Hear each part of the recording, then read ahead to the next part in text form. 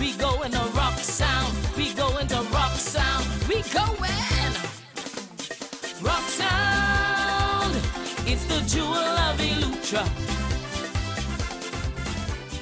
Rock sound. In Rock Sound, we've started this program 5 years ago, and it's developed to a point where we really see the fruits of our labor.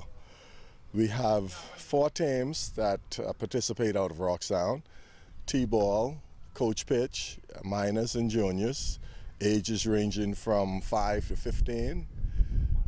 Spanish Wells is the other settlement that participates with us, and they have 3 teams out of Spanish Wells: the coach pitch, minors and juniors. Tarpon Bay just came on this season, and they have 4 teams, which includes T-ball, coach pitch, minors and juniors. And Grain Castle, who has been participating for 2 years, has a minor league team involved. Play happens every Saturday between Rock Sound, which we have developed our park here in Rock Sound, and Spanish Wells has developed a park as well. So play is every Saturday either in Rock Sound or Spanish Wells. So with that, you know, it involves traveling. All the other settlements have to travel either to Rock Sound or Spanish Wells. When we travel from Rock Sound to Spanish Wells, it takes us a good 2 hours by bus, one way. And then we catch a ferry across and play the games and come back late in the afternoon. So you could see there's some cost involved in that. The program, I have a committee. The Reverend Lincoln Young, who has been involved in the program for many years prior to me taking over, was the individual that really sparked Junior League Baseball here on the island, and I got involved really to assist him, and it's been growing from that point. The committee, we have a very hard-working committee. Some of the individuals is my wife, Sybil Forbes, the Reverend Lincoln Young, Marco Bethel is one of the coaches, Gary Ingram, who is the person here on the ground Gary is our go-getter. He goes out and gets everything done for us.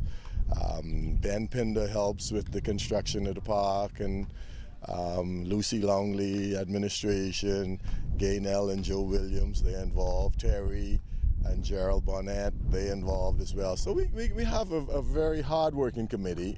We have to go out and get things done. Over the years, we've grown. Right now, we have about 55 kids involved in our program just here in Rock Sound alone. And so you could see every team, the structure of the teams are 14 players and 2 coaches.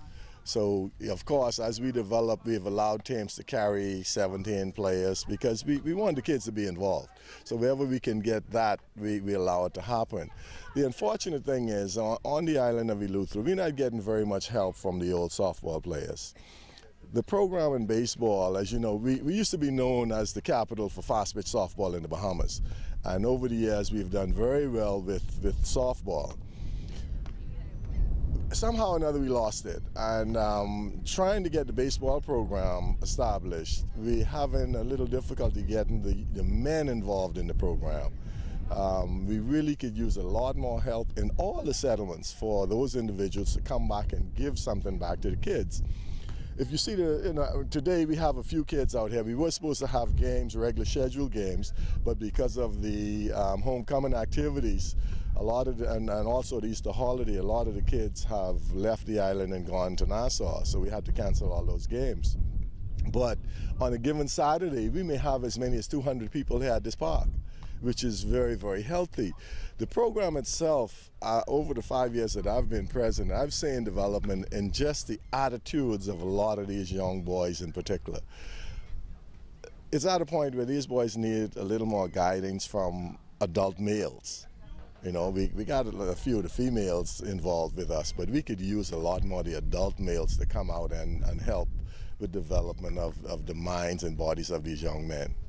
Well, in the very near future, I hope that every settlement throughout Eleuthera has at least one baseball team participating in this program.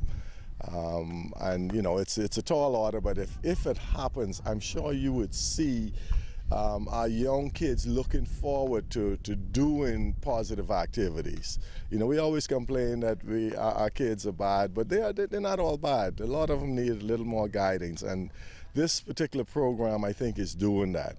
And if we can get every settlement playing, participating in this program, it'll be very healthy.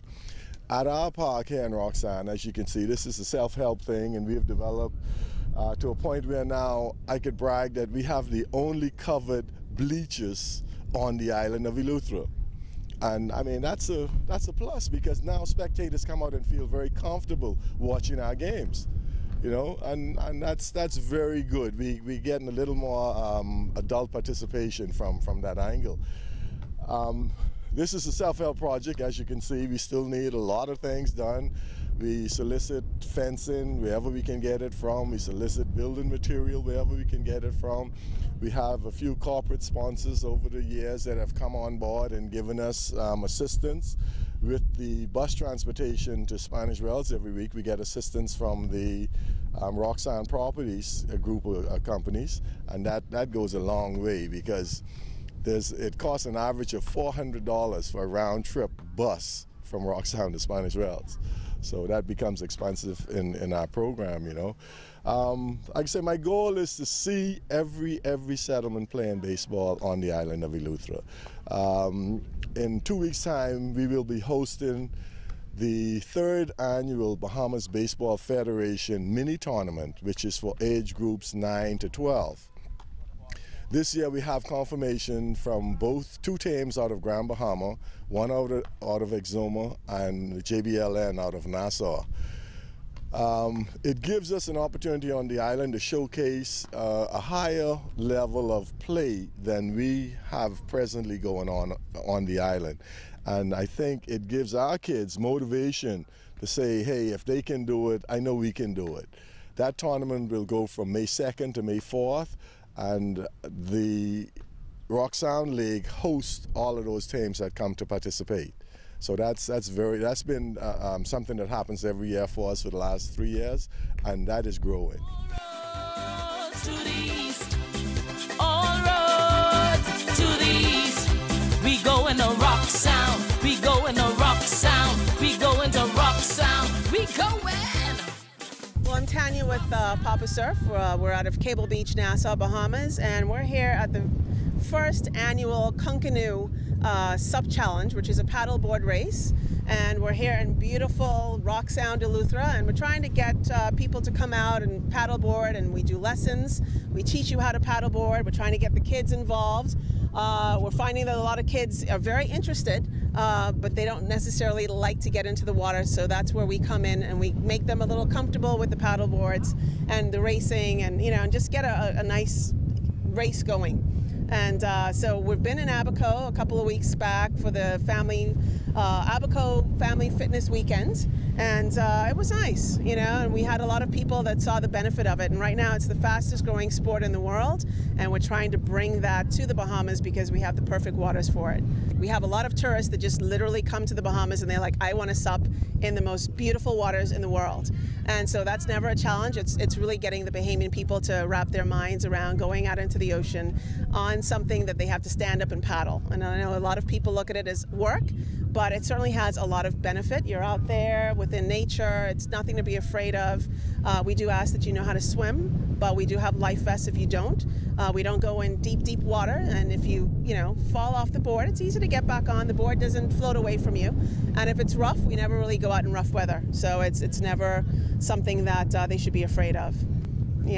We have a passion for the sport, and literally we picked it up maybe about 3 years ago, walking into a surf shop in Florida and saying, hey, what's that? And they said, oh, it's a paddleboard. And we took it out and we tried it and we fell in love with it. And, we're like, why can't we do this in the Bahamas? There's no reason for it. We have the best waters in the world. So, this is what we would like to do. So we want to grow the passion and just get people to try it, because we feel first of all, it's an addictive sport. Most people would say, yes, it's very addictive. Once you try it, you want to do it all over again. So this is what we're here to do, to introduce it to Bahamian people and to teach them that, hey, this is something that you really could, and it's for everybody. It's for kids, it's for middle-aged people, it's for older people. We do have some customers, regular customers, who actually come out to our race clinics who are in the 60s, and they love it. So what do you want it to look like next year when you come back to Roxanne? Next year, hopefully a lot bigger than the reception that we've received. I mean, we got a lot of interest, and people are fascinated. They just want to see what it is before they jump into it. Next year we want to be able to see them look at our other races that we're doing in the Bahamas and be like, you know what, I want to try that. And so hopefully we'll get some pre-sign-ups, and we're definitely going to be back for the homecoming event next year. Hopefully we're going to be in Long Island, I think, in June. They've inquired, and hopefully we'll be there as well. So we want to take it throughout the islands just to introduce it to Bahamian people. And then, Nassau has great waters, but we don't have blue holes. So we would love, and that's the other thing. This is a novelty thing for Bahamians to be able to do and get over the fear of, swimming in the blue hole, or, there's nothing in there. It's awesome. So that's what we'd like to do.